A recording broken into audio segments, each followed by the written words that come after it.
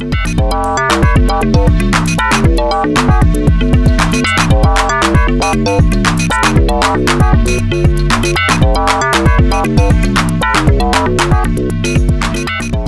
to episode 12 of Modular Podcast, starting this round of videos as we did the first episode, rounding up NAMM, this time NAMM 2017. I'll go through and introduce everyone before we get into some highlights. We'll just go down the line. Patrick, how's it going? Good. How are you doing? Yeah, good. All good. What were you? You were at NAMM, weren't you? Yeah, actually, I was there for all 4 days, which is really unusual to volunteer to do that for 4 days. And I didn't get NAMM thrax like everybody talks about, so I survived. But I actually spent most of my time, I was helping out noise engineering at their booth for a couple of their modules. But yeah, I got a chance to walk around as much as I could, and you know, in and out of the Stevie Wonder posse and all those guys, I was still able to check out a lot of what's going on. So it was a great time. And you know, it was very rainy here too, so a lot of people were just, once they were in there, they just didn't leave because of the unusual rain that we got out here in Southern California. So that was one thing that people remembered the most too. Ah, cool. Any other things you've been up to lately, modular-wise? Nice looking system behind you. What have you been? Yeah, you know, it's ever growing, but yeah, I got a performance next month I'm working on here that'll be out at the beach, and I'm just trying to do a lot more recording, which is something that a lot of times I just do patches for like Instagram, and I don't really get a chance to put things down. So I'm really focusing now on recording and recording multi-track and trying to get that in the system and coming out with some sort of songs and trying to get an album out, those type of things. So it's been a lot more work because it's less on the fly and more strategic on how you want to put things out. But that's kind of what I'm working on now. Yeah, cool. Well, we'll have to revisit that. We've been talking about studio integration kind of stuff between me, Matthew, and Greg a little bit. We'll keep working down. Matthew, how's it going? Yeah, good, thanks. How are you? All good. We see Bug Brand and Surge together, growing again. Yeah, I've just obviously I've just recently got this, you know, rare Bug Brand system, but as Patrick was just mentioning, I've sort of tried to focus a little bit more on recording. I've just been in the studio with Radic for the second time, and we're putting together like an entirely Surge album. Yeah, so just the Surge and Bug Brand effects we just used, and that's been going really well. You've been on some, what was the name of the reverb you were using at York University? Oh, the Bricasti reverb. Yeah, you've been spoilt rotten, haven't you? Yeah, they've got an incredible setup there. There's the, what is it, the SSL Duality Delta, I think it is, desk as well. The compression on that desk is just phenomenal. Yeah, but the Bricasti one is incredible. It's yeah, the modeling algorithms on that are just something else. You know, they sound completely natural and otherworldly all at the same time, really. But yeah, spoiled for choice there, really. And with Radic moving to New Zealand, that's us all out of ever going in there again. Yeah, unfortunately, yeah. So we just really hit it with many hours in there. We just kind of locked ourselves away, and it's quite good just being able to do that sometimes, knowing that you've got, you know, a finite amount of time, and you've just got to come up with something. Yeah. So if anyone from York Uni is watching that wants to let us lot loose on your gear, we like new friends. Greg, how's it going? How's it going, Ben? Good. Had to ignore the tattoo in the bottom of the image, bottom of the video. Yeah, got new tentacles on my arm. Wow, look at that. Not finished yet, but will be next week.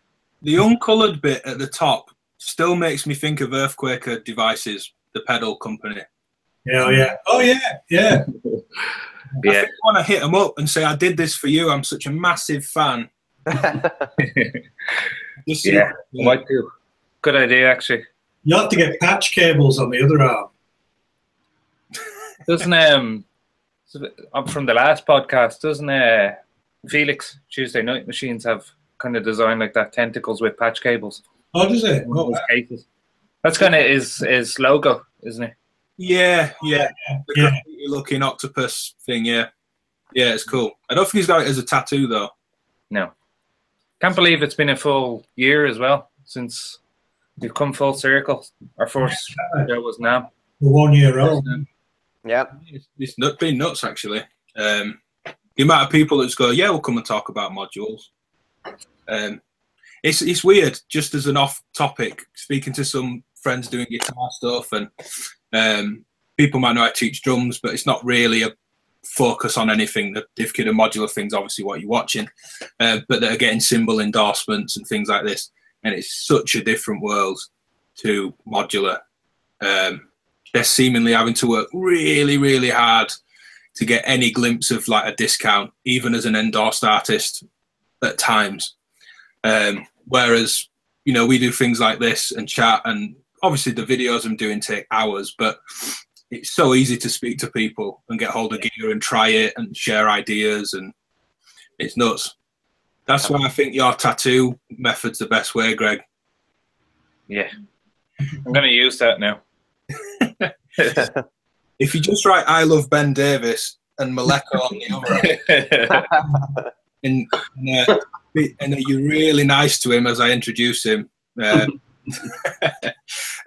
yeah, we've also got Ben Davis from Maleko. How's it going? Great. How's it going, man? Yeah, good. We saw lots of you at NAMM doing the videos and things for Sonic State, Analog Zone, and plenty of others. Yep.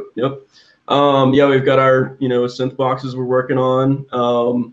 A lot of people probably saw the voltage block for the first time at NAMM, maybe even the Varigate 8.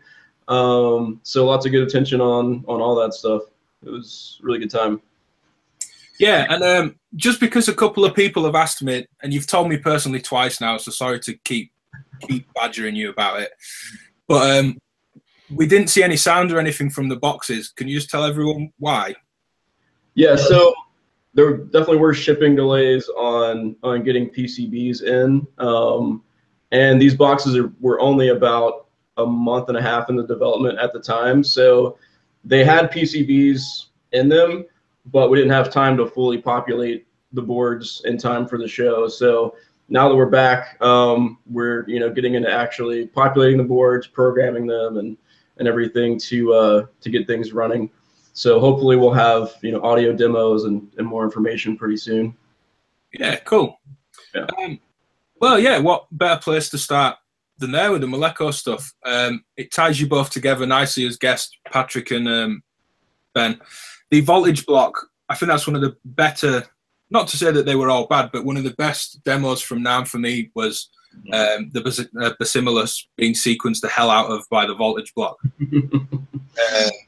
That was incredible. That was like the highlight of the entire NAMM. I mean, it's just cool to see Ben here to thank him for the great demo. I mean, I was just blown away by it. So, thanks, yeah, man.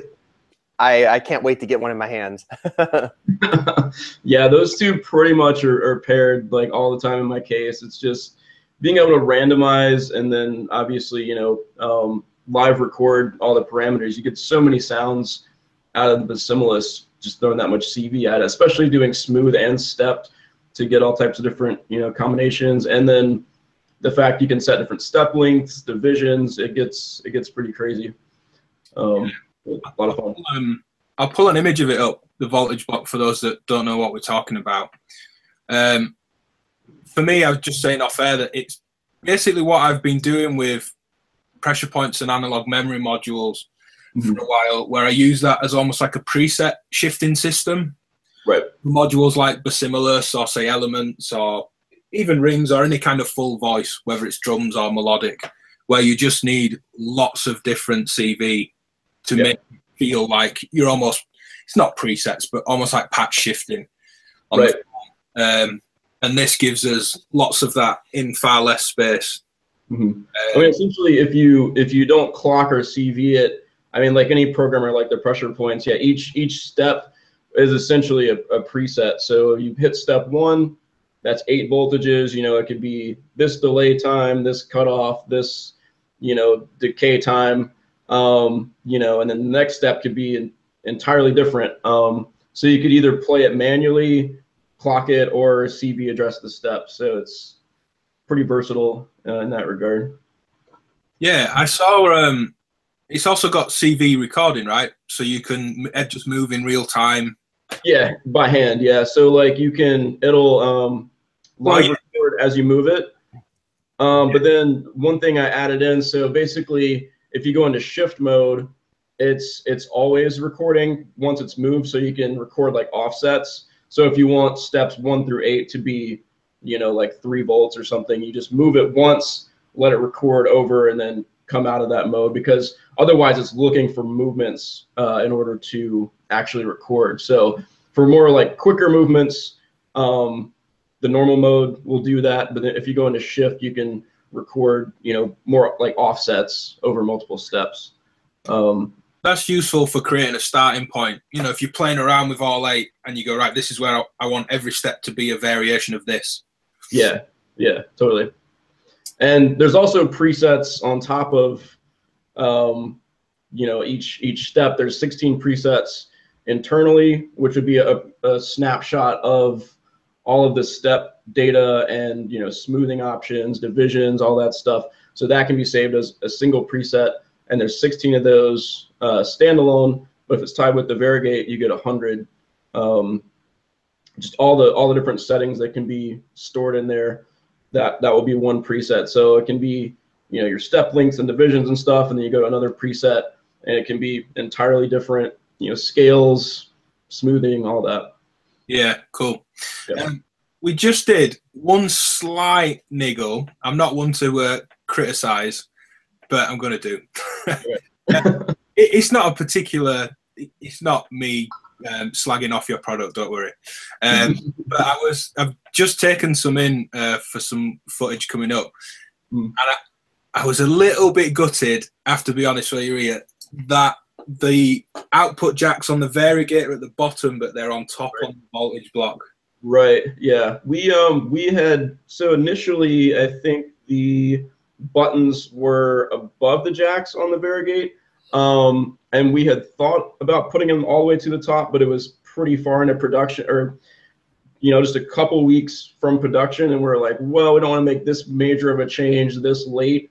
Although, yeah, that would have been probably the way to go, especially to make them look consistent, side by side. It's me with my first world problems. It's not a real issue. It's just me being stupid. Kind of, you've got the buttons all at the bottom, so instantly playable. Yeah. You could easily run a massive set, or nearly an album off that thing. As I'm starting to delve into it. Yeah, and you can chain as many of those to the Varigate as you want, and as long as they're on the same bus board, all your save and recalls pass to the voltage block over the bus board. So you don't have to, if you have 4 voltage blocks in a Varigate, you don't have to hit save 5 times. You hit save on the Varigate, and it passes that down. Same thing with the recalls. As long as it's in slave mode, it's getting that communication. In clock and CV mode, it ignores any of those messages, but slave mode is essentially just clock mode with the added functionality from the Varigate. Right. I heard that I think 4MS were making use of the clocking over the bus board. Is that something that either you or other people you spoke to you think we'll see more of? So they've been doing that for a couple of years. I know they added it into the SCM, RCD, QCD. It's even in the DLD. So there's like master slave options on their side. So you could have, say, a QCD be the master clock, and then on the Varigate there's an option for it to be either the slave or master on the clock bus. Basically, that just sends a clock pulse to the gate rail on your bus board, and then the CV rail is used for, it's basically just MIDI messages sent over the CV rail. So you can do things like save and recall with program change messages. There's like a clock reset message that I send from the Varigate, so everything ties together with the voltage block. Whenever you hit start, it's always starting from step 1 with no cables patched up front. So that's pretty much, I think Make Noise is making use of that. WMD, actually Expert Sleepers, the new disting, will use that. So if you have a Varigate 8, you can have one preset that will be all your rhythms and CVs, and then that will tie together with the algorithm from the disting, and then your next preset could be an entirely different disting algorithm and, you know, entirely different rhythms. So that one, I think he's doing some testing to make sure that'll fully work. But we did a little bit of testing at NAMM, and it looked like it was working just fine. So that would be really interesting to see. Yeah, that's pretty crazy. Mhm. That's shifting a whole, you know, the whole digital system within your case changes. Yeah. It's just good to see those pins used. You know, people getting into it, and you say the top 2 pins are this, but they're never used. Don't worry about it. Forget the That's Right. why we see all these 10-pin modules. Mhm. Yeah. Well, moving on to well, sorry, anyone want to chip in with a voltage block? It's made me want another one. Yeah, I mean, as a user, the biggest feature that this was a selling point for me was the ability to record on the fly, because I use like the light strip a lot just to try to sequence and sync things up, and Yeah. just being able to do that like multiple times really helps with the live performances and being able to just record that. I've never found anything, you know, and one of the ideas was like, you physically have to take a hand and record it to get the exact sequence you want. And with this, you can, it's just amazing. You can do that on the fly. So that's the biggest part that I like about it that I haven't seen in any other module. I guess the thing with the light strip too, it doesn't really have like a timing reference. It's just sort of like freehand, like whatever time you record, it'll just loop that, but the phase might shift. Is there a reset input, I think, on it? But yeah, there's a reset, and there's a certain time. I think it's 4 seconds that you can record something. So if you're doing long form, you're kind of stuck doing something a little more improvisational. So yeah, for that alone, it's worth it. Yeah. The thing with the voltage block as well, that I wanted to mention, you mentioned that it's got slew. You can draw a custom LFO shape over, you know, like so an edge envelope, or you have you have smoothing per step. So you can have certain steps do a hard transition, other ones interpolate, and the interpolation is done based on clock speed. So it's not there's not a parameter to set the time for that. But one really cool thing is in CV mode, the interpolation works by just basically wherever the CV is, it'll average between 2 steps. So one set of 8 voltages, another set of 8 voltages, and wherever your CV is, it will morph and average between those, based on where the CV is at. And that also allows you to do smooth and stepped. So you can have it CV like scrub through, and it'll do a hard transition on one step and then morph into the next or something like that. So that's a lot of fun too. yeah, it's nuts when you start thinking about it. I think good sales pitch. I want another one. Another thing that will record, but we just brought up CV recorders. Again, I'll pull it up on screen. The HackMe Vector will record 3-axis or axes of modulation to a clock. So you've got an X, Y, and a Z, horizontal, vertical, and distance away from the sensor are the 3 points. And that will record to a clock. And you can trigger the recording on and off, trigger the play in, you can hold it. You can almost like winding back a record on a turntable, scrub through, and use sort of like lots of iPad style gestures to speed it up or slow it down. That's really expressive. I think a little gimmicky. I think people thought it was a bit like a modern theremin and were maybe put off by that. But by the time you've just done a bit of waving your hand like you're conjuring up a spell or something, it is really, really expressive. Onboard quantizing, you can scale the ranges. There's some slewing between steps on that as well. You can one-shot play through your sort of sample of what you've done. Yeah, that just thought I'd point that one out. It's been around a while, but a really good module. Yeah, ModCan did a recordable module years ago. They were probably the first one that I personally came across. I mean, it was basic, but it was a recording one. But that was a long time. I remember that one. The Flame, I think it was the C3. Oh yeah, that's right. For a while, yeah, that one was okay. Yeah. But yeah, I don't think there was really much of a reset on that either. It's just kind of like You just turn a knob and it keeps looping, which could be usable for certain stuff. But I like everything to be locked in time, if you know, or at least have the option to do that. Yeah, sure. Yeah. So moving on to let's go on to some noise engineering stuff. There was a lot of noise engineering modules, and I'll be honest, because of that, it didn't quite stick in my mind as much. I find myself going back and forth a little bit. Do you have any personal highlights from that, helping out the bit with the booth, Patrick? Yeah, the one that seemed to get the most attention was it's called, you know, how he has his naming mechanisms, but it was called Soleo Vero. It was a strobe tuner that was visual, so that if you're performing on the fly, you can see the sequence of red lights strobing, and then you can put an oscillator into it, and you can select exactly what note, an F or an A or B, and then you can fine tune it. And it's a very visual thing, so you're not hearing anything. It's strictly for monitoring. And then when the strobe finally stops, you know you're perfectly in tune. And it will do up to 3 oscillators, which is great because sometimes if you're performing live and you're the last person to go, your case might be up there for an hour, and some things might drift or float. And so being able to see that visually, I thought it was a really, really big seller there. The other one that Stephen was putting out that everybody seemed to have liked, I just said, look, just play it. It was the Loquelic Iteratas Percedo. Yeah. So he's taken he said that so many of the people use the Loquelic for drum sounds that he decided to add like a wave shaper envelope with it. So it's actually almost twice as big as the other one, as the original Loquelic. So it has a Loquelic in it, and then it has like almost an expansion of doing wave shaping and different types of envelopes. So that one seemed to be a pretty big seller too, as far as just having the flexibility to create these really nice percussion sounds that are really grainy and dirty sounding. Yeah, cool.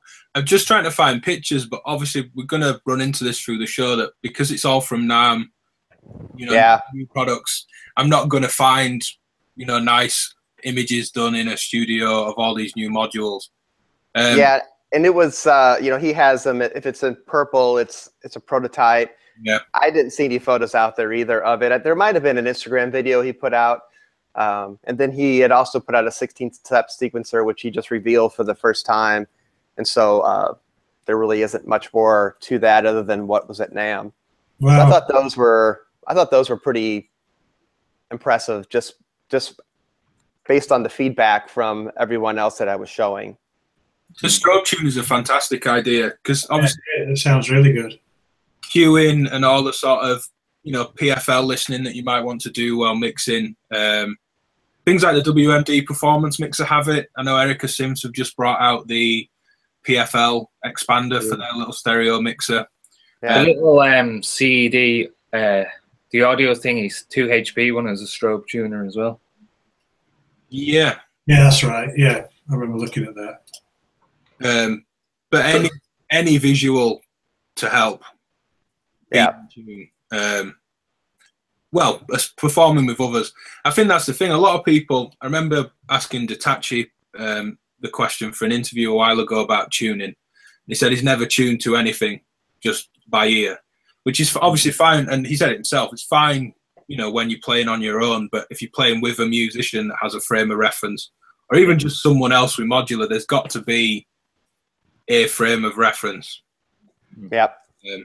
Because I tend to do the same. I don't tend to tune to anything No. until I know something else is involved, and then I have to.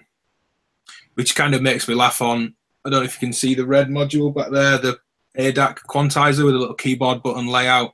Yeah. I never patch any scale type in or punch just on the buttons other than variations of C Lydian, C minor, C major. So I kind of don't see the point. I'm going to go turn the cutoff knob to be whatever, the pitch to be whatever I want. So Yeah. So much what I'm doing now, I'm trying to do a lot more recording. So I almost want to put the tuning perfectly from the beginning. Otherwise, a lot of times I have to recreate the patch just if I want to throw it in Ableton and throw a soft synth over it or something. So it can be frustrating. And so getting it right off the get-go is a habit that I probably need to start building so that I don't have to rework this stuff, because that's very frustrating as a performer. Yeah. If you've got if you've got a spare audio output, just sending out a solid sine wave tone at whatever root of your keying I've found useful. Okay. If I don't, I mean, it's easy to just pull an app on the phone, isn't it? But just to through the speakers have a definitive, this is a C2, and then I'll just tune to it. And if it drifts a bit, it's not too much of an issue. But I found that to work quite nicely, just as an audible reference. Yeah.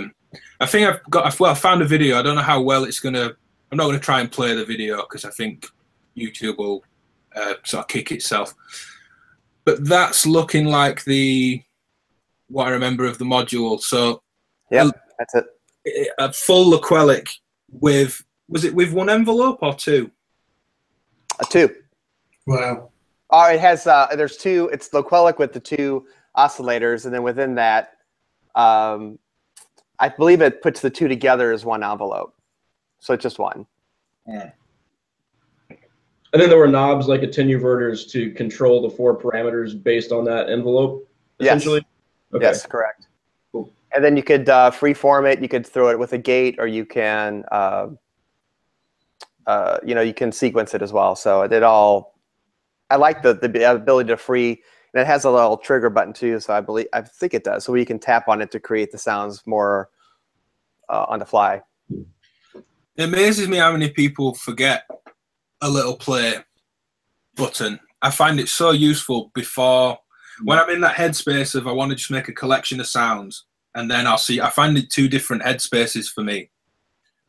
I kind of some days just want to sit and explore, I don't know, making kicks on one of the bigger drum voice modules, and I kind of like just tapping play until I find what I want.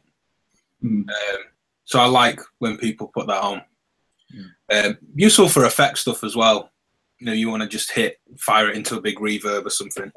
Could I just ask the question about, is there anything added sort of oscillator-wise or sonically to this new module, or is it just like the Laquelic but with envelopes? Or yeah, it's like having a Laquelic completely, and then an expansion of that.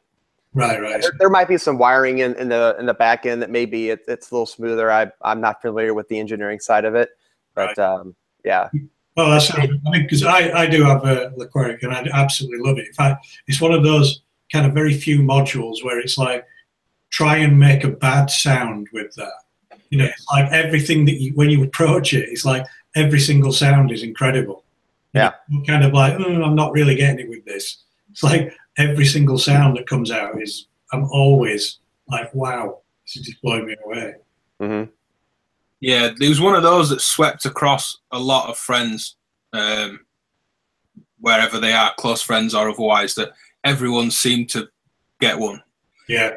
It sounded really good live when Phil Blue Wolf 7, and that it's up on Sonic State actually, from the Leeds Modular Meet event that we did back in August. It cut through the massive PA system that we had. It sounded massive in that venue. Really well. It did have a little bit of crossover. I wasn't 100% on what was what between the Cycle Box and the Laquelic. They were his sort of 2 main voices he were using, but it just sounded amazing. We had it.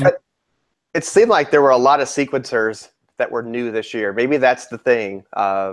Multiplicity had kind of a smaller module that had a little keyboard on it. You could do sequencing, and also, the WND, their Architect has a little bit of that sequencing with it. And there was another guy I'd never heard of, but everybody seemed to be pretty impressed by him. It was called Zeta Ohm. They have this. Zeta Ohm, yeah.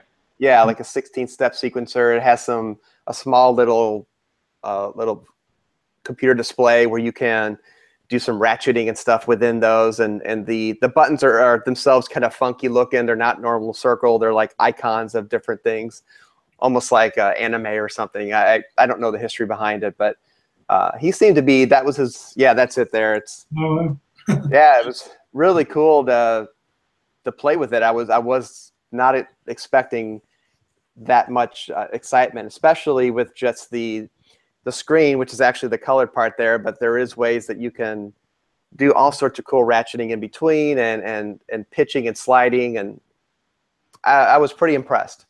That one I wouldn't have expected to walk away from thinking I needed that in my case, but it, you know, once that comes out, I think people are going to be excited about it.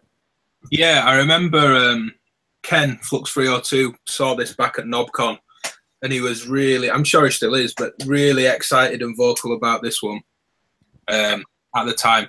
I've just seen there on screen a per step arpeggiator with speed. Wow. Mm-hmm. That's pretty crazy. If it's because usually with arpeggios, I'm making the arpeggio and then clocking something slower to transpose it myself. Yeah. If this can say, right, this step is a 16th note minor arpeggio, this one's an 8th note major arpeggio, this one's a whatever variation, a sus4 chord, or that's pretty nuts. It's got MIDI I/O as well, I see there. Mm-hmm. And it's open source as well, isn't it? It looks like it. It's got a, yeah, like a little mini USB port for updates too. Yeah, that thing looks good. Is Multiplicity, isn't that a name of a multiple by Matson? Is it Division 6 that Matson? Division 6, yeah. Oh yeah, yeah. I'm sorry, I meant to say Division 6, not Multiplicity. I had the Multiplicity, but yeah, Division 6 has. Was that the one that they were giving away, like at NobCon? They gave away. It was basically like a business card that was a PCB. That was just this tiny sequencer. That maybe what you're, so what you're talking about, or Yeah, they had that, and then from that they created a module around it, which has a really small keyboard. So it was off of that. Cool. Yeah. Okay. I've not seen that. I do like the business card circuit board thing though. Mm-hmm. Cool. This is the Division 6 one. I just like the idea of, you know, the rest of our family looking as like we're super weird when we get our wallet out to pay for coffee and we've got a sequencer in there, a little ring modulator. There's a couple of Analog Haven business cards as well. Yeah, I've got one of the ring modulator ones. Is it Analog Solutions or Analog? Analog Solutions. I don't know. If I find it, I'll pull it up, but I won't spend too long looking. Yeah, I think he uses a 14-pin connector on those, which I found was odd. Obviously, 10 and 16 being normal. And then I looked around the back of some of the modules, and they were definitely 14 pins. It looks like Matthew's gone to find one. No, yeah, I was just trying to see if I've got it somewhere. It's a white PCB as well. It looks really cool. Is it based on the System 100? I typed the wrong thing in. I said Analog Haven, didn't I? I meant Analog Solutions. There we go. Yeah, System 100M ring mod. Oh, nice. Cool. Is it 14 pins? Yeah. Yeah, 14-pin connector there on the bottom left. Kind of odd. But yeah, I've never built it. I've got the card, but just not put one together. If I've never seen one built, actually. Maybe that's the thing. We all want them in our wallet as some sort of, I don't know. Trophy symbol. Yeah. Mega geek trophy to keep in the wallet. Tell the people where you buy coffee and just have them laugh at you.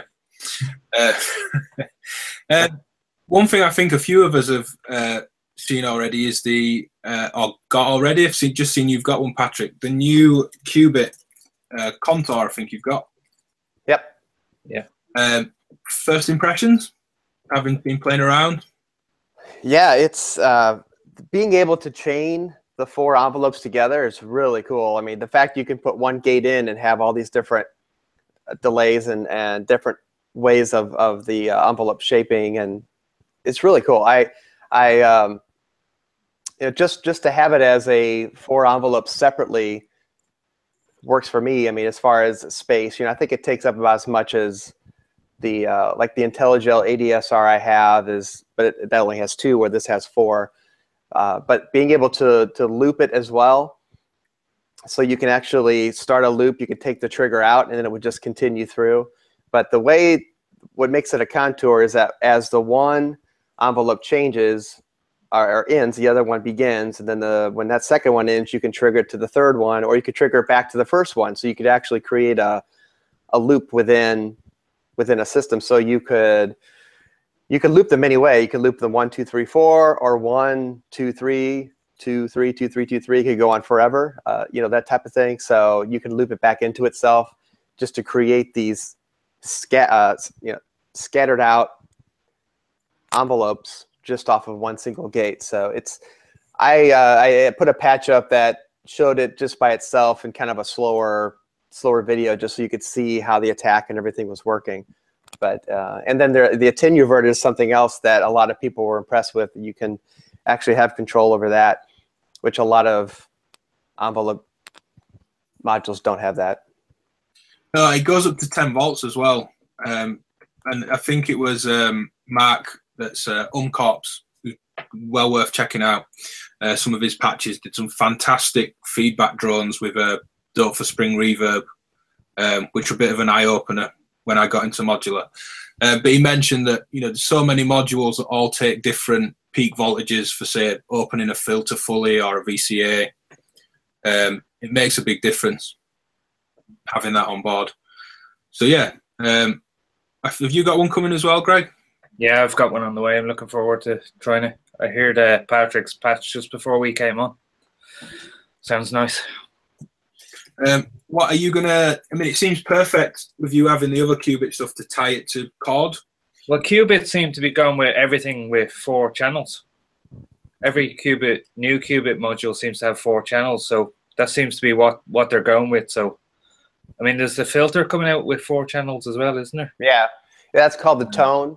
I was more impressed with the tone out of everything they had there, even though the contour was pretty popular, and they have one called Chance, which is pretty popular. But with tone, you could feed one into the other. So I've never seen anything like that either. But you're right. Yeah, everything is in 4, which is interesting to see how it. It seems to mimic polyphony, which is the crossing envelopes at different time points, and like just channels that seem to be independent of each other, but they're not really within modular. It's a clever way of dealing with it, really. Mm-hmm. And they have a mixer coming out too, Mixology. I don't think it's out yet. That has, again, 4 channels, very similar to what you were observing there. I just want to tell people to check out your Instagram. Oh, cool. Some really, really good patches. Not to stroke your ego too much, but lots of really cool stuff. Not just the contour. Well worth checking out. Cool, thanks. Yeah, I'll pull up the Ranger qubit modules. So there was Chance, which I think is the one that'll get you most excited, Matthew, or it already has. I don't know. Oh yeah, that was probably one of my standout ones, I thought. But yeah, they seem to be pretty much on fire with what they brought out. Chance just brings together, well, a lot of chance and random into a module. I like the wavetable output that's sort of the random LFO out as well, and the coin toss, a bit like branches from Mutable Instruments. An in-time rhythmic output like you get on the Nano RAN. Yeah. The blended output's nice as well. Yeah, I think possibly for me that was the one. Yeah, they've taken sort of basically and expanded the Nano RAN, which I use a lot.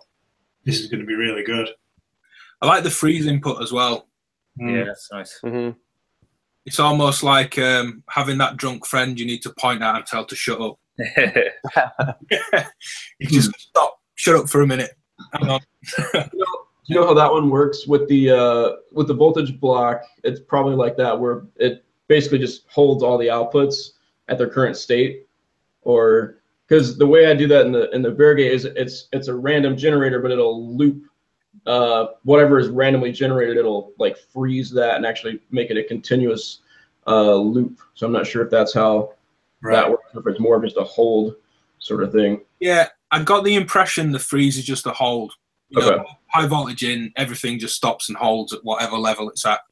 Cool. Yeah. That's something else we should have mentioned. Both me and Matthew being, well, and Greg, to be fair, all huge fans of Random in various ways. What people would class as non-musical, I don't want to get into that debate, but every time Random comes up, someone says, oh, no, I don't like Random. I'm not into that. I say, well, have you tried it? No, I'm not. I don't like voltages firing all over. Well, just attenuate it loads and put it into pitch or PWM or wave. Exactly what I do with it. Time and then I think it's when you sort of make the comparison to an acoustic instrument and say, well, think about strumming a chord on a guitar. You don't always hit it with the exact velocity, pick position, pick height. Sometimes you don't catch every single string.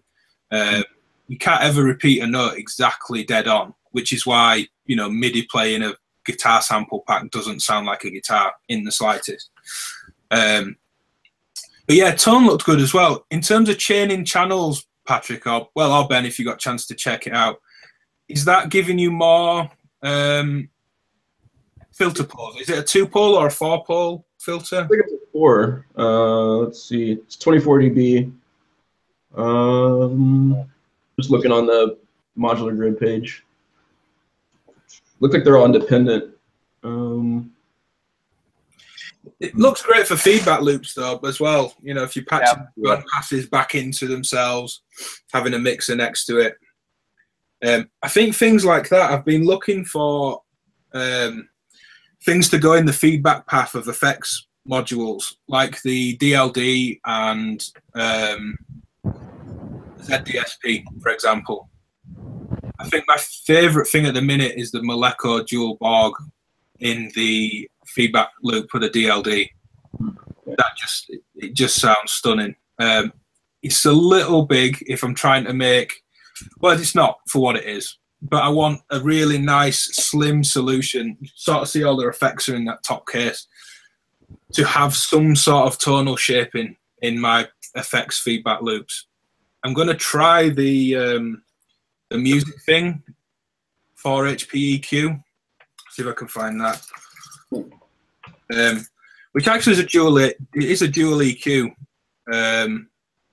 even in itself, because you've got the low and the high band, and then I can only find a PCB picture, but it'll do.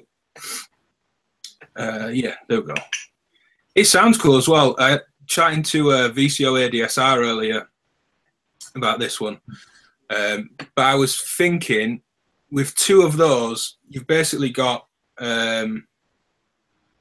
treble and bass for one in and out, and then a tilt control, which, you know, shaves off low end and adds high on one, and then adds low end and shaves off high end to the other.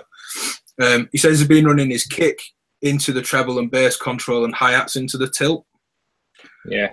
So I figured 2 of those in 8 HP would give me, say, treble and bass control over the DLD and some sort of tilt EQ over reverb on the ZDSP. Nice.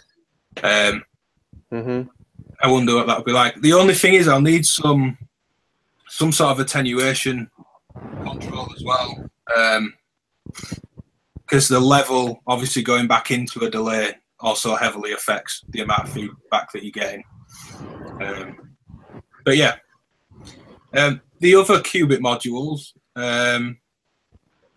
what was the other one? The mixology. We saw that a couple of years ago. In fact, we mentioned that last year. Greg saying that we've started this year how we've done last year. We did bring it up last year, the older version of mixology. I think we said last year was the year of the performance mixer. Yeah, we did. Yeah. Do we think that's not going to go away, because these things are incredibly useful, but do we think we're past the mixer thing and we're on to what do you think, everyone? I think this year, well, there's 2 big samplers came out. Live samplers. Yeah. One from Make Noise and one from 4MS. Yep. Yeah. I should I'll just quickly pull this up. Yeah, the old mixology, the chord came out like this as well, didn't it? Looked like that to start with. Yeah, it didn't look very clean. It was analog originally, wasn't it? Is it not analog now? No, digital. That's the new one. All right, okay. Probably something. I don't know why it ended up being digital. You know, with tuning four. I'm sure tuning four oscillators and trying to make them do what they wanted it to do was just too much of a headache. Do you need to be digital to have the panning equal across? Isn't there usually like some sort of dipping when you pan, and they said that was equal all the way through? Does that have anything to do with it? Probably would have been the main. I think I heard it's an analog core with basically like a digital harmonizer, just to get the tuning correct without a lot of issues and calibration and all that. Oh, on chord, yeah. Yeah. Oh, sorry, yeah, chord. I know a lot of the WMD PDOs like that. It's an analog core oscillator with digital control over all the phase. Right. I'm not sure with the panning law. I know things like the dub mix have that where it gets louder in the sides than the center.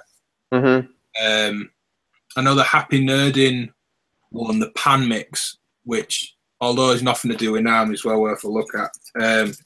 Slightly smaller. I don't know if you guys have seen the Happy Nerding stuff. He's using those dual concentric pots that you get like on an active bass guitar or something.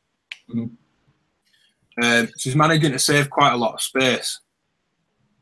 Yeah, there we go. Let's pull this up.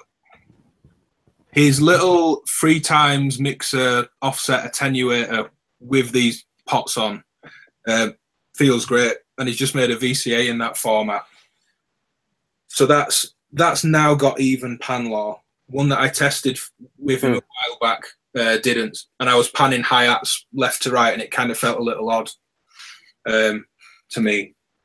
I'm pretty sure that's all analog. With that one, you get 1 CV per channel, so it's either CV over level or pan, which I'm fine with for the size of it. I don't feel like I need to modulate both on everything particularly. Just worth a mention, I thought, that one. Did anyone see, I think I only saw one video of this, the new DivKid stuff. They had a sequencer thinking about big sequences and things. One video of it as well. I think it were Analog Zone, who just seemed to go crazy this year again. I think they're just, I don't know if the guys at Analog Zone just think we're going to beat Sonic State this year. They seem to be forced with everything. They were there really early. They were there like as soon as we were opening our booth. So yeah, they got at it pretty early on. Yeah, I met a couple of guys from Analog Zone in Budapest. They're great. Looking forward to speaking to them this year. Thinking of the DivKid, the 6 HP oscillator. Basic analog oscillator, but on the strength of, let me just grab it. Their full voice, which is absolutely stunning. Beautiful. That voice. I borrowed that from you a while ago, Ben, and that's my favorite synth voice in Eurorack. That thing is it just sounds so good. Yeah, it's nuts. The attention to detail. I mean, the core oscillator filter, the mixer, and the expander. This one's slightly different. I did a video of a while ago, but with the sort of multi-modulation envelope and the MIDI. I like that it powers, and I don't know how they've got the power so clean. It'll power from a phone charger, just any mini USB. It's super clean. I don't know if it's because it's not pulling much current or why it's clean. You'd think it were going to be horrible.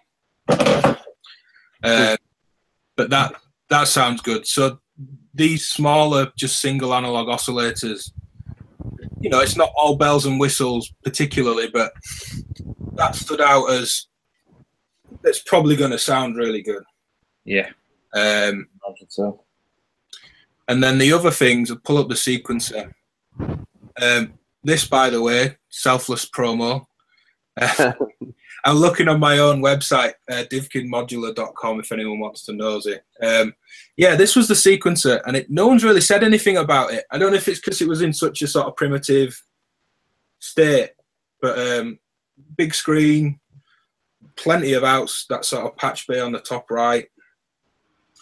You've sort of got the keyboard layout in the bottom right between the black and white buttons, like an octave of semitones.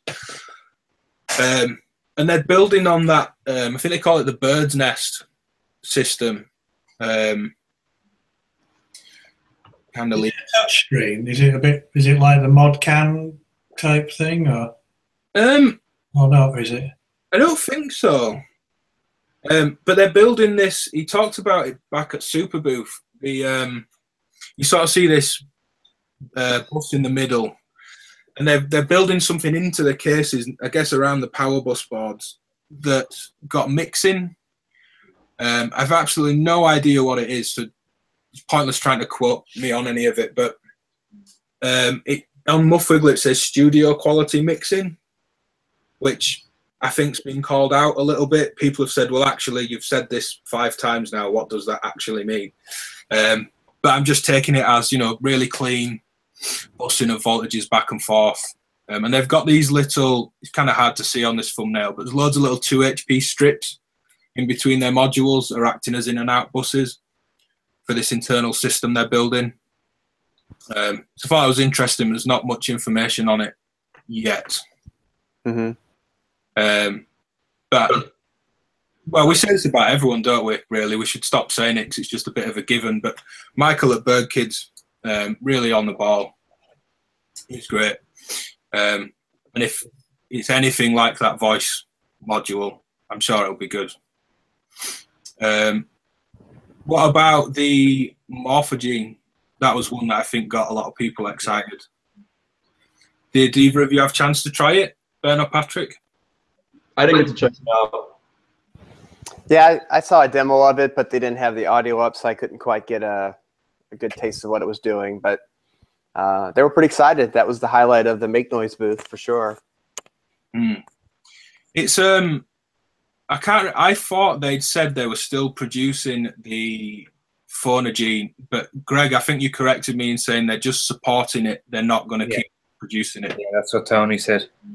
Yeah, I think I got that wrong. Yeah, I mean, why would you really? Well, yeah, it'd be silly, really. But yeah, I don't know if it has much features over a Phonogene or if it's just much better quality. I think the quality and the time. Obviously, the SD card. You have these reels as well, don't you, that they've brought into it, which is different. I mean, I have the Phonogene, but this reels concept of having separate recorded areas. Like banks, basically, or? Yeah. I think they're trying to keep in this kind of Phonogene tape mindset and have borrowed that kind of concept from it and put them into reels. Mm-hmm. Yeah, it's all very music concrete in its wording approach. But yeah, I think a reel is meant to be a bank. This is a reel of tape, and then each splice is the bits within. It was a clock input on there too. That wasn't on the Phonogene, I don't believe. So it's probably more like tempo sync sort of features. Yeah. So they got the. I'm guessing it's still got things like the broken echo mode that they reduced. They put in that firmware and things. Has it got that? It's got the. I'll pull it up again. The SOS, the sound on sound, which I think is where that broken echo comes from. But yeah, I didn't have much time with an original Phonogene, so it's kind of hard to comment. But I like that all these samplers are happening. Yeah. Mm-hmm. Well, and actual samplers as well, not just sample play. That you can record into, yeah. Yeah. Because if I get modules, I do this with drum modules as well, and I'll sample them all out and create. I mean, I was creating sample packs and drum hits before I was into Modular, so it's kind of a habit, but sample out the modular and just put it back into itself. I really like that approach. So it's nice that you can actually do it on the fly. That's basically what I was using. Well, I use my Phonogene for. I just have an out from one of the mixers in there, fed into the Phonogene, and just grab, sections at random, and then feed those back into the mix again. Yeah, it makes sense. I'm just trying to find an image of the there we go, 4MS sampler. Yeah, that sampler was pretty impressive. The fact that it records at a high bit rate, so when you slow things down, it still has high quality. All right.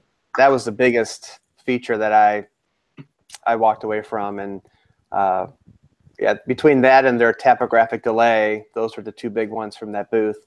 But I was really excited about this because I never got the Phonogene, and I thought this would be a really good, something that would get into the sampling world with. And yeah, I mean, they put a lot of good quality into it, and I just like the fact that when you slow it down, it maintains a higher quality. That's good that in the way that, I mean, I've got lots of things that, that dirty things up, that kind of low bit and stuff. So it's quite nice to balance the kind of lo-fi and hi-fi approaches to it, because, it's pointless having everything that's really super gritty. To do something like that, that sounds really good. Yeah. Morphogene stereo as well. Yeah.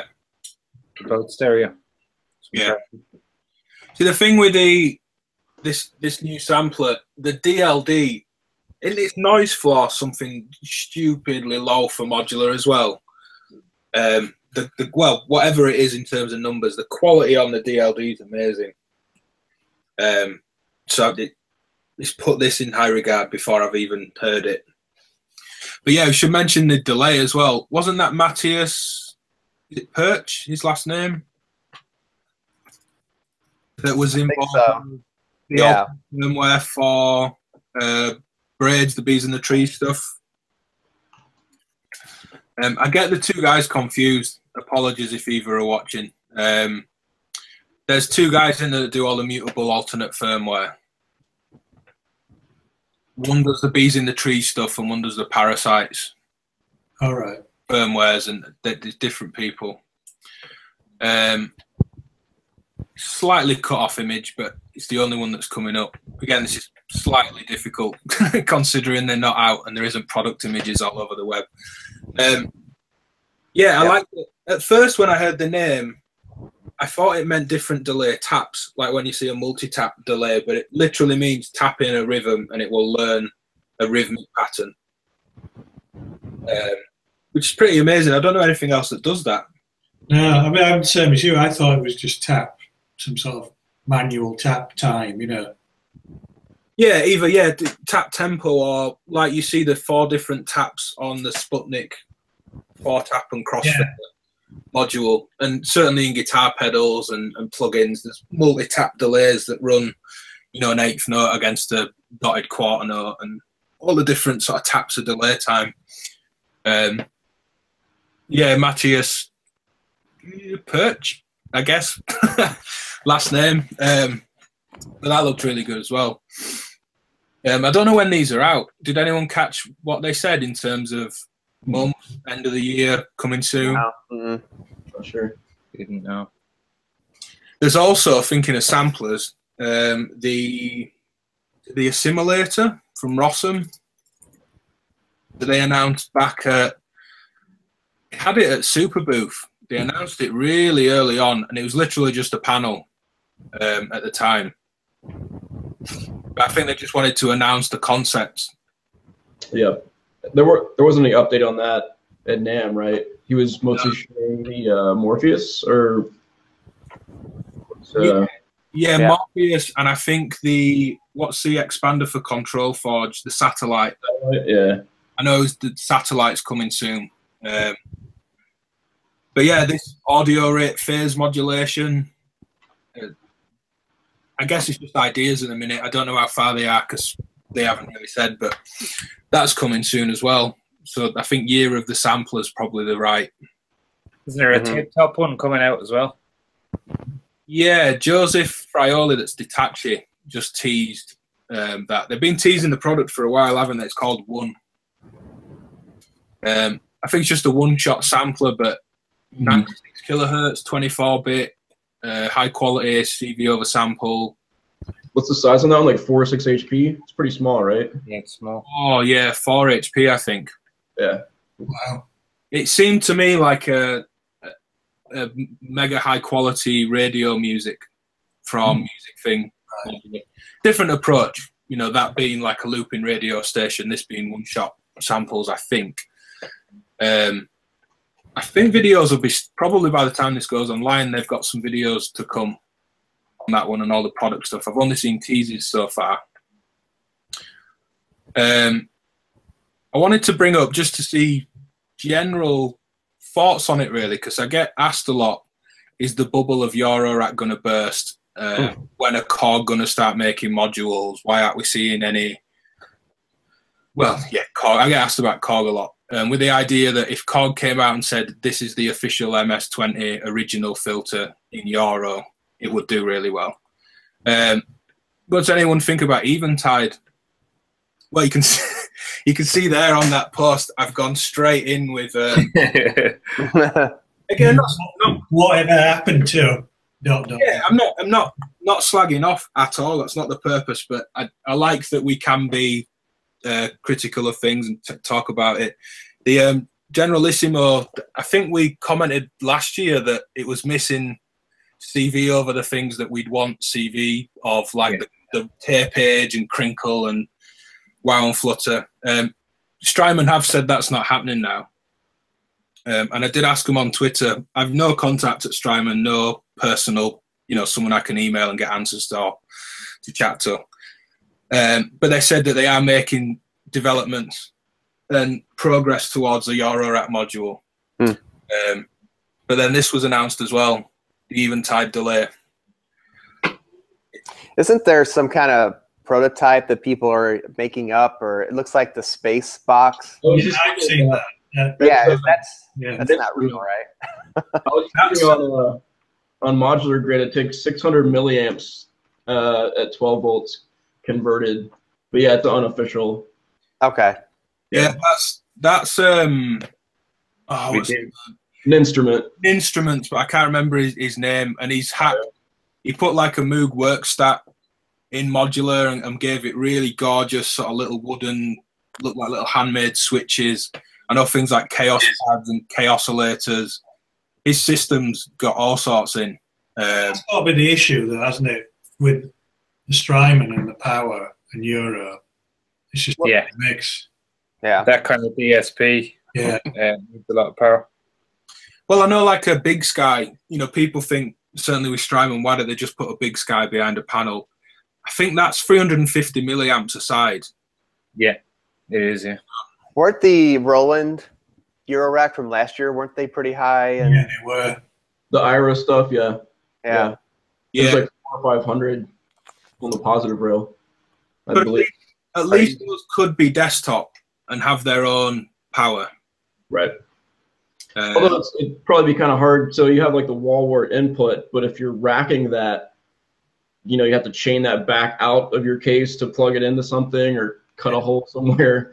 So it seems kind of odd, unless you're just throwing them in like a happy ending kit or something where it's got to open back already.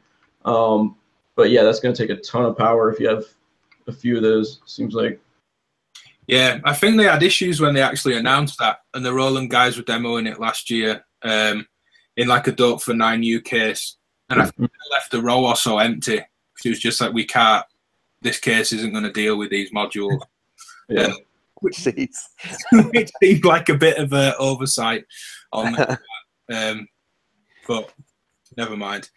But then on the other side, you have the 2HP, which is really coming out of nowhere. It seems like I think they had 8 modules that they put out for NAMM. Yeah, and they have a total of 16 now. So I think they did a lot with like ADSR. They had a dual sample and hold. They had some kind of a Turing, like a random sequence generator, like a Turing machine. And then they had a 2-channel VCA, which I think a lot of people are happy that they could get a VCA that was 2 HP. Yeah. So, yeah, I mean, it was pretty impressive to see their whole mix there put together. And I guess they have enough to probably do a whole system if they wanted to.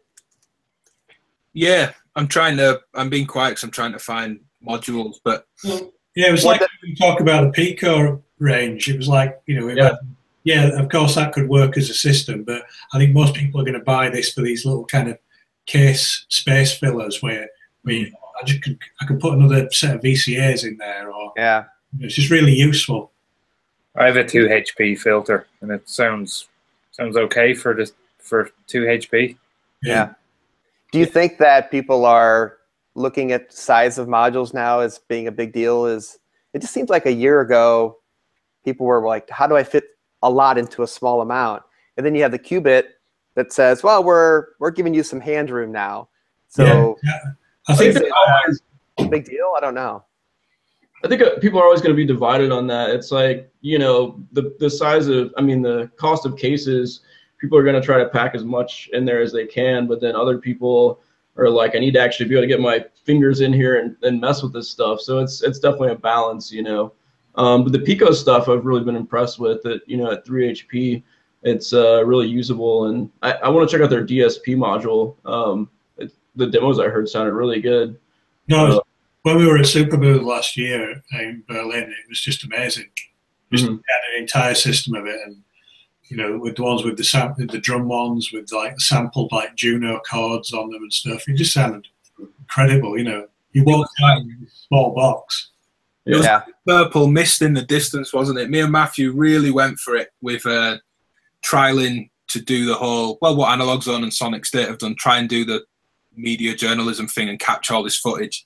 It worked out all right in the end, but not ideal kit, and we were knackered by the end of the day. And there was always this like purple mist drawing us in to where Erica Synth were, and that was just codec jamming on the Pico system. It really did sound good. The 2 HP stuff, I'll just pull up for anyone that's yeah, I'm with what everyone else has said in terms of, all right, cool, I've got 2 HP left. It's not just going to be a mult. I can put a switch in there or another little modulator. Yeah. But yeah, certainly you're not going to do filter mouth, you know, when you're turning the cut off and you can't get your hand in to do it. Yeah. Stuff. But yeah, Turing machine, filter, envelope, oscillator, LFO, attenuators, sample and hold, sequencer, switch, some logic. Perfect, aren't they? Really a good idea. Yeah. I think, is the oscillator analog as well? I think so. So, yeah. It seems kind of nuts in that space. One thing I did want to bring up was the Verbos filter. Really good. Yeah, that does look good. It's kind of, it got me digging into it. Again, just shameless self-promo. I've got no filter for turning this off. I wasn't at NAMM, but I tried. I thought, all right, I'll post about it this year and just see if it's worth the effort. But I really tried to go into some history behind everything, so it got me looking at the back back scale. It's more about the bandwidth than specific frequencies. Yeah. When I've been looking into it, which I don't think this is doing. I don't think each of those sliders is a different bandwidth. I think they're all the same, just roughly based on this scaling. Because what I actually found was that, you know, the first point in this back scale was a range, and then another range and another range, but how wide these bands of ranges were different through this scaling. But still, it's a bit like the Surge resonant EQ, I think, in that that's tuned in sevenths rather than octaves, so that it doesn't reinforce a particular musical key. Yeah, that's the idea, isn't it? You go back to the pod, yeah, because I found that. There we go, blurb. Go have a look at that. Yeah, because if it's all done in octaves, you know, if you've got 55, 110, 220, 440 hertz, that's all the frequency of A. Whether you're in that key or not, you're reinforcing those notes. So the Surge resonant EQ, it's tuned in sevenths. I like the, it's really basic and crude, but I like the vocoding that people do, either with like the 4MS spectral multiband, which would only give you 3 bands to work with. I've seen Mark doing it with a Verbos module as well. And when yeah, the lower the bands, the better. You know, when you see these things of like 132 band vocoder and stuff, I think, no, you just like you're listening to some finely tuned EQ. The more basic, the better, I think. I think to a point, I think 3 on the spectral multiband is too low. Well, I've got the Dofa one, you know, the one that was done with Florian Schneider, and that's 13, I think. 13? I think between 8 and 16 is sort of classic vocoder territory, isn't it? Yeah. We can pretend to be Mr. Blue Sky. I don't know if that translates. Was that a big song in America? Yellow, Mr. Blue Sky? Not familiar. I'm gonna if we wouldn't get this podcast pulled down, I'd have to soundtrack the intro and outro with Mr. Blue Sky. Yeah. But yeah, with the having 16 bands, I'll pull it up again on the bark filter from Verbos. You can do 8 bands of analysis and 8 bands of modulation, so an 8-band vocoder. It's got all the spectral tilt and frequency scan that the harmonic oscillator's got. Envelope followers per channel, CV in, per band, CV in per band. Yeah, it looks nuts. That in a feedback loop. I really like the Surge Res EQ in a feedback loop. It's really cool. You're not going to buy 2 though. I'm to do my DLD like I want. Did either of you get to check out the Oberheim stuff? No? No. Yeah. Did you know it was there, or was it missed? It seemed like it was sort of completely missed a bit. I saw a video of it, but I didn't check it out there. Were they near like the WMD stuff, or? I'm not sure. He brought his original ring modulator and a few other things, but this just didn't seem that well covered. I don't know if it's because it's big or it looks basic, or but he's made his original phase shifter module was a pedal format kind of thing, and the ring mod. The ring mod looks like it's got an oscillator to me. There weren't many details, but you've got a volt per octave in and a carrier out, so it must have an internal carrier and a more medium high range. I kind of don't get the effect in and out either. Is it just an on and an off, but they're on separate buttons, or you know, you usually have an on button, don't you, and it's either off, on or off. Off and in and out. Right. That is weird. Yeah. They were originally, there's the original pedals and things. And then also I think this is actually coming out now. This was around last year, the SEM X. I can't remember what it was called last year. But basically SEM voice. There's 2 there, and then the patch panel you get for each. Yeah, it's kind of like separate. Like, I wonder, I mean, is that just patched around back, basically? I mean, those are separate units, it looks like. So I wonder if there's just a cable running around back, obviously just to keep the panels clean, and, you can actually get your hands on the knobs and then just patch on the other side. But it looks like those are separate. Yeah, I know Nick at Sonic State asked about that in the video I saw, and he said that each voice will come with a patch panel, but you can, have the 2 voices and then put everything else to the left or the right or wherever you want. Okay. Yeah, I guess just a ribbon cable around the back. Right. In terms of other stuff, I guess the IntelliGel stuff. Did anyone get a chance to check that out? I saw the with the plonk. Is there kind of like a drum percussive?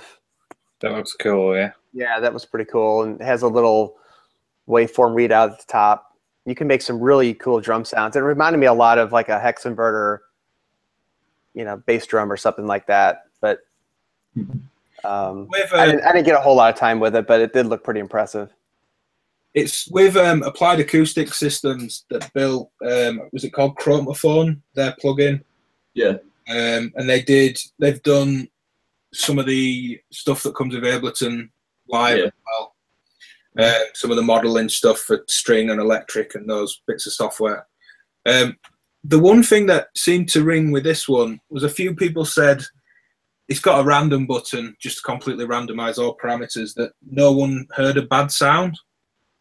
But whereas they felt with other physical modeling things, i.e. rings or elements, because there isn't any others. So that must be what I mean. No one said it, I guess. Try not to badmouth anyone or whatever. But I guess there's points within those that they don't like, or I think they said all of this, just continually hitting random with that little encoder.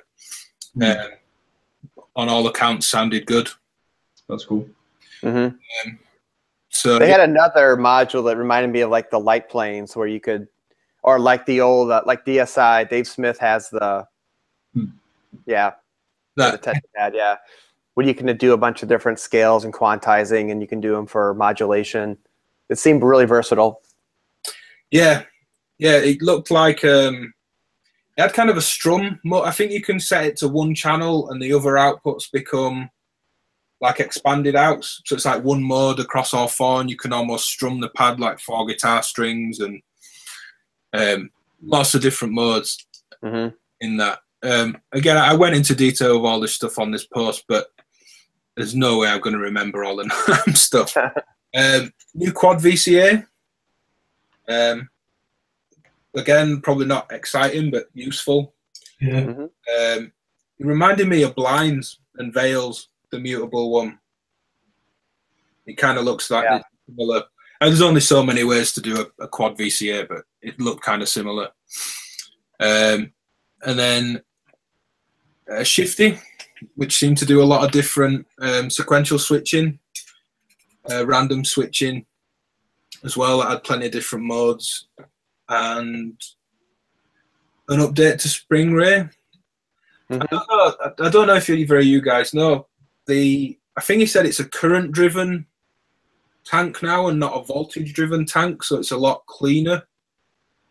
Like the path in the Spring Reverb, which appeals as I'm getting loads of grief from my dope for A199 at the minute. Oh, mine. Well, you know my story about that. I love it, but I have to have the tank so far away. I might as well have it outside. Well, it's been in this system in various ones of these cases, dope for case or skiff or whatever, and been fine. And now I've no idea why. I can't get. There's loads of ground hum in it. It's not just a bit of noise in the circuit, which would be fine. Just loads of audible ground noise, which is annoying. Because there's a couple of tanks. I wanted to build a little switching system, again, which is why the Spring Ray appeals. It's got 2 connectors around the back and 1 on the front for switching tanks. I've got a couple of different tanks that I want to try out, but it's absolutely useless at the minute. So, yeah, my poor first world problems again.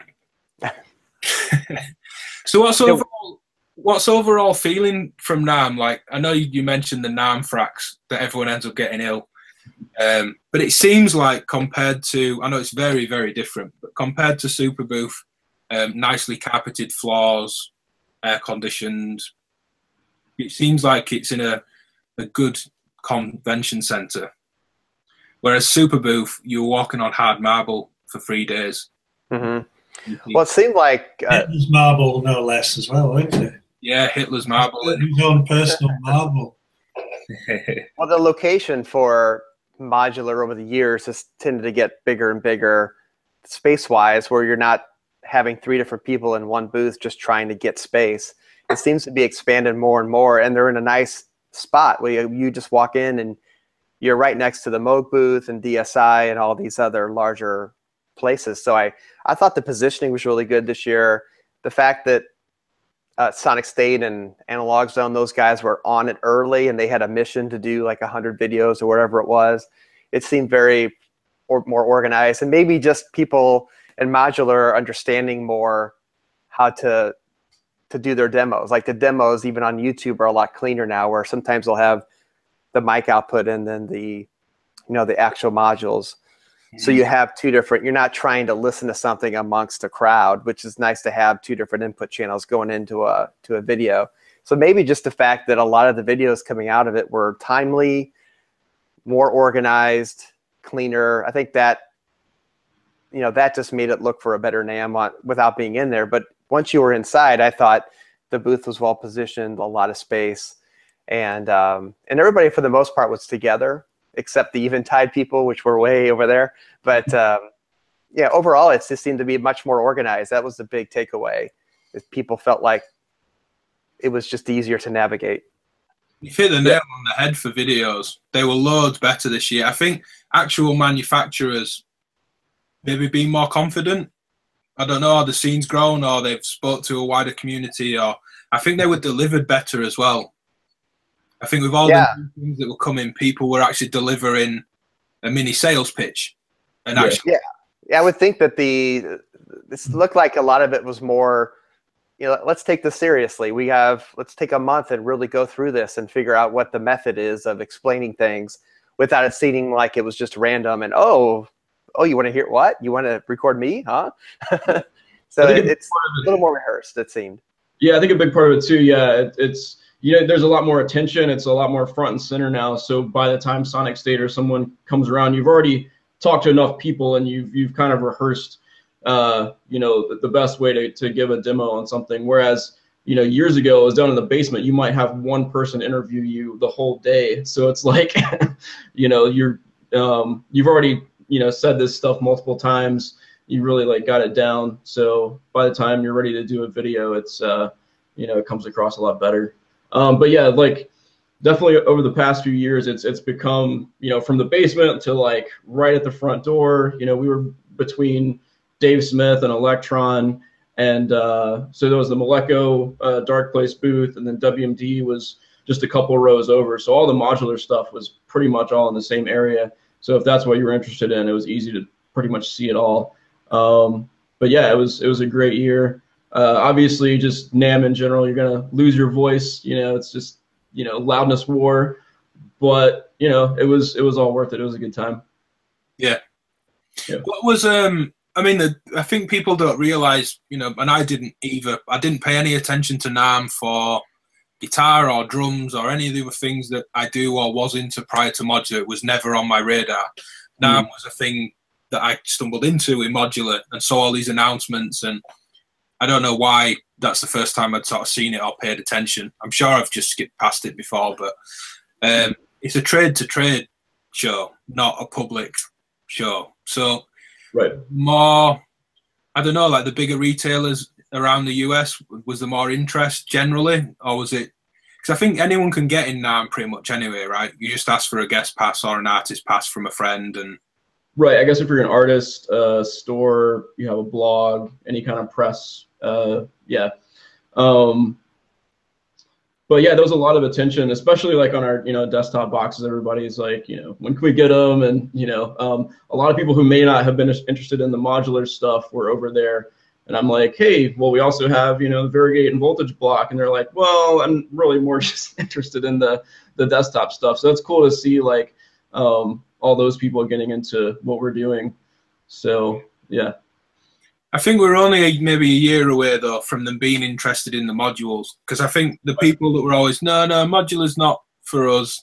And I'm not saying that in a trying to criticize those people. You know, the big retailers have a market and they've got, you know, they've got to do what they've got to do business-wise. But they're definitely interested in all the sort of in-between things that will connect to modular, but will work independent. You know, that seems to be growing as much as modular is. Yeah, and obviously with these boxes, like I'm gonna take, you know, all the stuff I'm doing with modular and bring that whole mentality, and especially around sequencing and, you know, randomization and all that into these desktop synths. So it should be a lot of fun and kind of a different take on you know, say Groovebox or, you know, desktop synth. I'm going to try to find a picture again of those boxes. That's what I think is appealing. Again, I'm not trying to stroke anyone's ego just because they've come on the show, but the fact that, you know, I've got, this is sort of like a drum case, if you like. There's the, this is the PFF. So they're pretty good size, you know, really sturdy case. So, yeah, we're really happy with how they turned out. The buttons have a really nice click to them. They're light up blue. This was the one from NAMM. It's not working, but it's yeah. And then, you know, push encoders, pots here. You know, we got the nice slide pots there. So yeah, pretty cool. Yeah, what I was going to say regarding the drum stuff is, it kind of modular spoils us with sort of infinite possibilities in sequencing, tone generation, processing. So I imagine, because I remember saying to Greg years ago, I'm not really that fussed for drum machines, even though I've made a lot of beat orientated music and still do. The modular drums are still quite fascinating. So to have things like the variegate sequencer on a drum machine where I've got probability over every single step. Right. Yeah. And all the step positioning and the swing per step. I know it's sort of the golden question. How far off are those? Is that back end of this year? Is it summer for one of them, or they're coming out together separately? So yeah, it really comes down to, I mean, this is a whole new, territory for us. So just really getting things tested, and obviously they got to be programmed. They want to do enough testing around the, the sequencer side of things, and make sure the, user experience is as good as possible.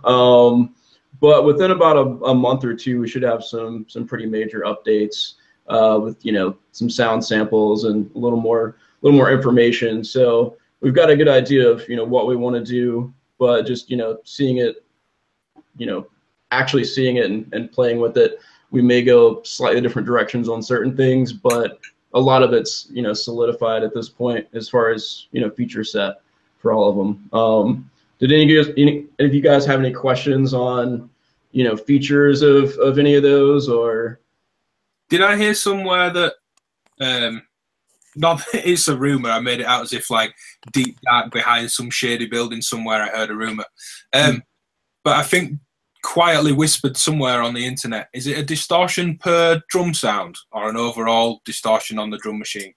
Well, there's both. So on at least both of the kicks, the toms, the snare, they have their own distortion, and then there's a master distortion and compression for everything. Wow. Yeah. With hard soft clipping selectable for each one. Yeah, because it's very, very rare we ever hear a drum machine's not processed. Mm-hmm. Right. People think of an 808 and then they hear one and they go, "Oh, this sounds crap." And it's like, well, it's just a sine wave. Like, yeah. These huge like 808 kicks that you used to listen to have been processed to death. Oh, for sure. And were probably processed samples that have then been processed to death by another producer, and so on. I like a lot of compression on drums, so having that built in was kind of essential, because it's like you said, people are going to do this anyway, so why not just have it all integrated? And especially having the sequencing component to really for polyrhythms and things like that, where most other drum machines I don't think really give you that ability to go like you have like a 7-step sequence on your kick and like a 9-step sequence on your snare, or things like that, to really just break it out in all those different ways. And plus there's dedicated outs for each drum, and then trigger inputs for each one too. So you can trigger it with, modular sequencers or whatever. Do you think we'd see, or is there an option for an expander or a multi-pin connector or something to get trigger outs? We could possibly add it. I mean, I think we're doing a couple tweaks to the layout. So if there's room for it, then yeah, you'd essentially have like a standalone, variegate type of sequencer. That's what I'm thinking. You've got how many channels is it? Let's see. There's about 8, 2 kicks.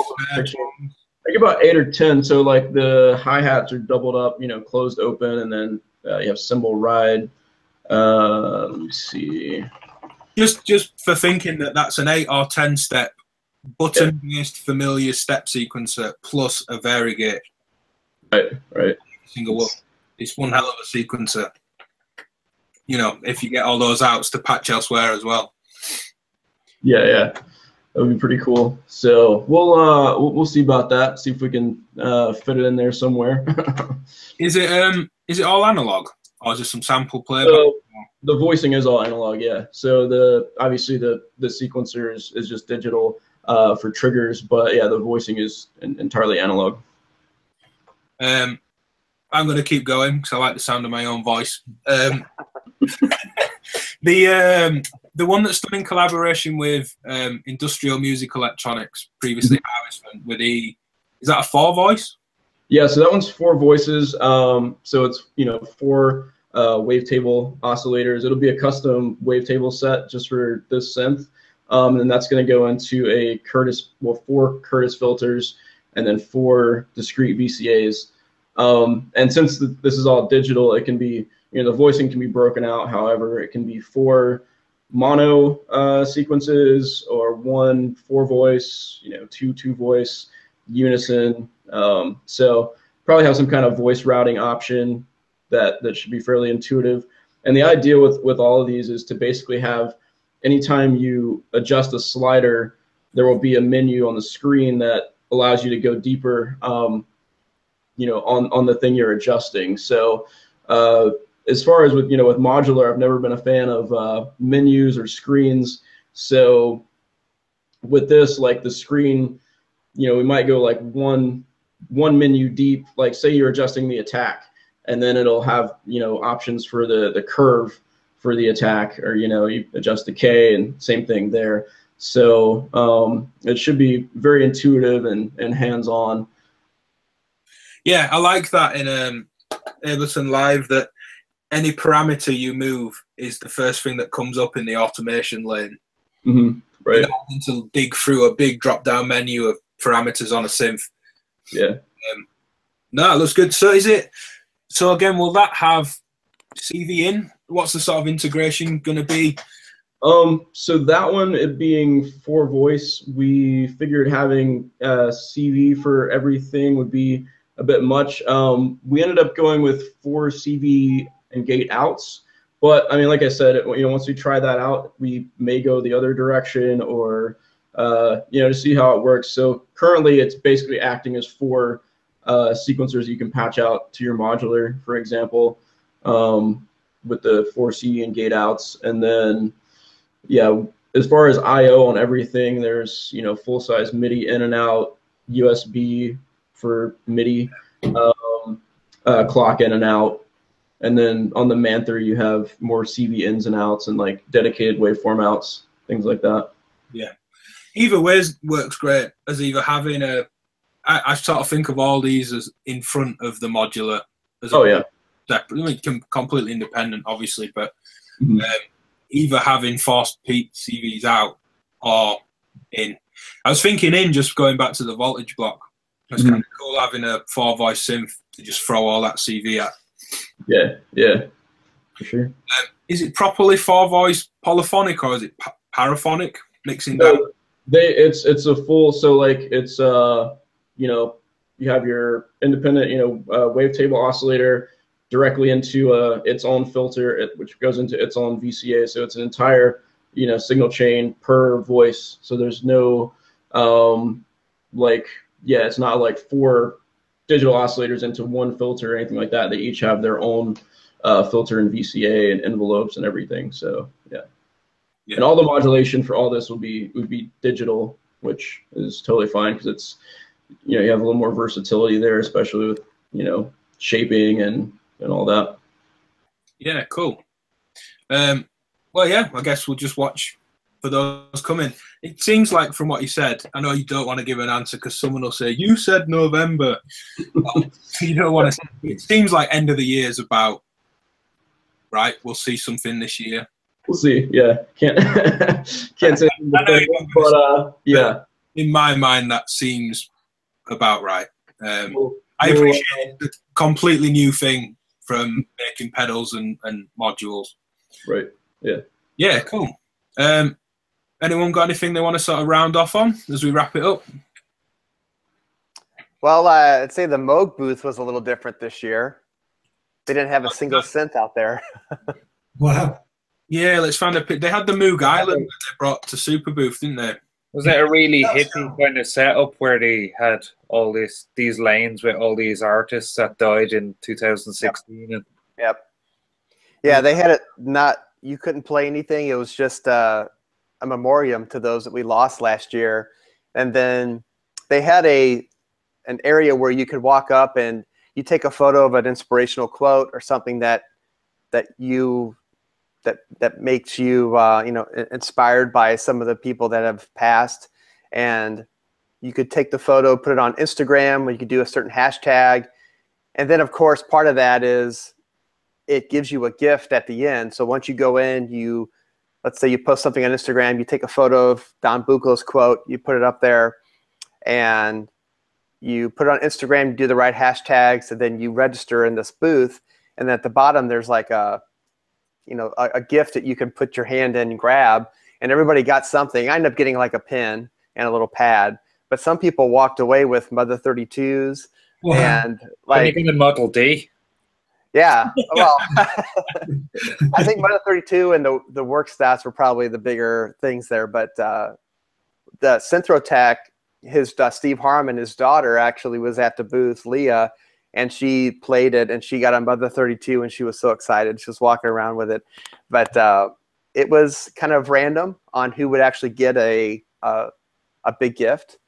But a lot of people were like, dude, this is my only time to play like really cool Moog synths, and I get it. Okay, then they kind of I don't know. I just wasn't expecting that, especially with the past couple of years where you saw the island and you saw so many interactive elements, and then this seemed to be kind of more minimalistic. And but yeah, we did lose a lot of people last year, so it was just really cool to have that much space. I mean, the entire modular synth area was probably a little bit bigger than their booth alone. I mean, they still took up a lot of room. Yeah. Oh, the idea of winning stuff's really cool though. They seem, when you think of Moog or Moog, as it should, I guess. I don't know. They do a lot of DIY workshops and sort of. Did I see that they've just done a hackathon or something? They called it recently. I think they're doing a lot of seemingly non-Moog things at the minute. Yeah, there's someone won a work stat. Yep. Tickets to Moog Fest, Mother 32. Yep. There's Steve Harmon. Yeah, that's his daughter. Yeah, that's great. Oh, yeah, they're the lanes. Yeah. It's interesting. People talked about it. I mean, there was something to say about it. It was interactive in a sense that it engaged everyone who walked past it, mostly because they didn't know what it was. And then once you said, look, I'm going to spend 10 minutes and really get involved in what the message was, it was pretty cool. Whether you end up with a pen and a pad or a Mother 32, I think people still walked away feeling positive about it. Yeah. That's cool, though. It sort of shows how, touched on it earlier, how non-trade show, actual trade show, it kind of is. It seems slightly strange now in that respect that I know we said if you're an artist or you've just got a blog, or it really does seem like anyone manages to get in. Not that that's an issue, but it kind of seems a bit, I don't know, strange. I'd like to come, but it's just so expensive to get out there. Yeah. Someone said to us, I was chatting to Matthew about it, why aren't you guys out there covering it? And I know when I came over to the West Coast, flights were about $1,000. I'm like, well, the amount of money we'd lose in work and everything else, we'd have loved to be there. But we can just wait till you all fly to Superbooth. Yeah. Andreas Schneider's building a Modular Kingdom in Berlin. Are you guys coming over from Maleko, Ben? Not sure yet. I'll have to get back to you. That's in what, April? Yeah, 20th. Yeah, to 23rd, 4th, or whatever it is. Okay. Yeah. Well, Mark Verbos moved over to Berlin, didn't he? He was there last year. We're not quite competing with the US for modular stuff yet. We're trying though. Yeah, cool. All right, we'll round it up. And yeah, thanks for coming on, Patrick and Ben. Thank you. Go watch Maleko, Noise Engineering, Patrick's Instagram. We'll post stuff down in the description. Make sure you go click links. If you're still watching, go look at the description and click the link. I get at least a comment that goes, I watched the whole thing and I never saw the link on screen. Well, you can't click it. Anyway, read the description. I know me and Matthew get loads of stuff like that. They go, how does this do this? And I'm like, did you look? No. Right, well, there you go then. So, yeah. Anything from you, Greg or Matthew? No, that's it from me. But I mentioned for things coming this year, late July, Eurocrack, the Dublin event. Greg, are you on with that one? Yeah. Going to start organising that one soon. Got a venue, I think, sorted for it now. We've got, it'll probably be too late, but Modular meets at Electric Spring Festival, end of February, Leeds in August again. We're bringing over as Modular meets, which are the sort of events I'm doing, help from Matthew and Phil Blue Wolf 7, Caitlin Aurelia Smith coming over in June for an event in Leeds as well. Brighton meet, Super Booth, there's plenty to check out coming this year. So yeah, cheers for coming on everyone, and we'll catch you later. Cheers guys. Thank